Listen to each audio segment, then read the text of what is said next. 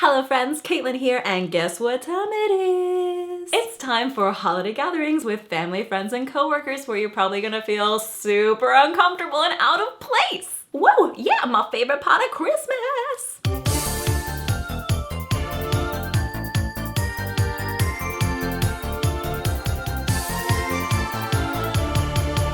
So, in the coming weeks, there are going to be work holiday parties and family Christmas get-togethers and New Year's celebrations and Hanukkah and Kwanzaa and holiday mashup parties. Essentially, it's a really great excuse for people not to do their daily monotonous work and to day drink and eat all kinds of food or spend way too much money. It's a mess, guys, when you look at it that way. But there's also a lot of coming home and connecting with family and friends that you haven't seen in a while, just some general happiness and cheer. But what about those of us who hate parties? I mean, we love the idea of parties. We want to get out of work. We want food and cake. Cake is great, but we don't want to talk to people. Or rather, we don't want to feel forced to talk to people just because that's what you do with these types of things, so suck it up and get over yourself. Now, you've got a few options here. First, you could decide that you're just not going to participate in Christmas or any of the holidays. That's totally something you can do. Granted, you have to deal with the consequences of your coworkers or friends thinking that you're weird for not wanting to go, or your family members for being angry at you for not coming to their party. This is the tack that I definitely took in college. If there was something that I could skip out on that made me anxious, then I would skip out on it. I would run it over and over again in my head until I could justify it and feel okay with skipping it. But having some years to see the error of my ways, I would encourage you not to skip it and instead try some of these things that have worked for me. Gatherings with family. The holidays are all about the family, and this could be great for you if you love spending time with your family and there's never any awkwardness or angst. But I think I can speak for most people when I say that this is not how it goes most of the time. There's always an aunt who's just a little too invested in your non-existent love life. Or an uncle who doesn't realize he's racist and just gets worse the more intoxicated he gets. And your mom makes you wear some super itchy, unflattering sweaters so that you can all match and have a family photo. Or maybe your cousin or sibling just gets all the attention and you feel like the black sheep of the family. For me, I'm much closer with one half of my family than I am with the other,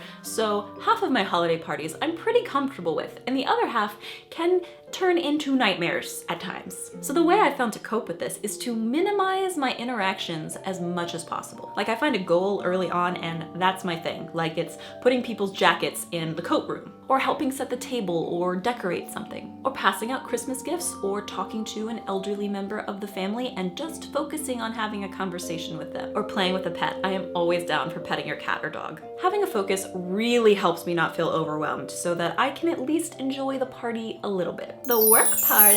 I love work Christmas parties because you almost always get to go during work hours, and there's usually food and desserts and sometimes even presents. I hate work Christmas parties because I have to interact with people that I don't know that well and make small talk and pretend like I'm not dying a little inside. Also, as a girl, I feel this pressure not to eat very much. I feel like I'm being judged if I eat meat or a dessert or something other than salad and saltines. And I'm kind of like, I don't get amazing, plentiful food like this very often. Please let me eat in peace and not give me judgy side eye. So how do I cope with this?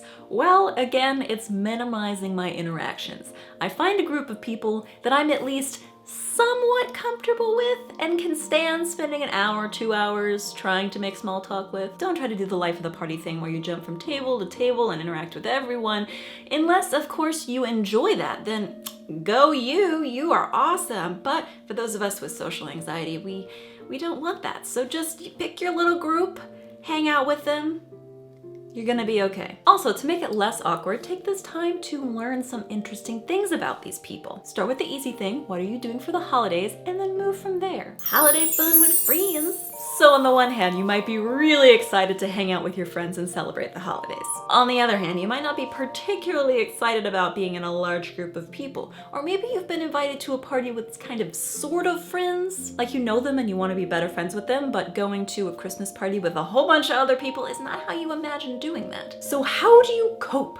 Honestly, in high school, I would have completely bailed, and then I would have been really disappointed in myself. But post-college, if I get invited somewhere, I try to go. Because, well, food. There's usually food. Here I use a pretty similar tactic to what I do at work holiday parties, which is to connect with a small group of friends and just interact with them. The only time this is a problem is when someone has to leave early and then I'm left all alone and I start to panic a little bit. But it does leave you the opportunity to make some new friends. Huh? How about that?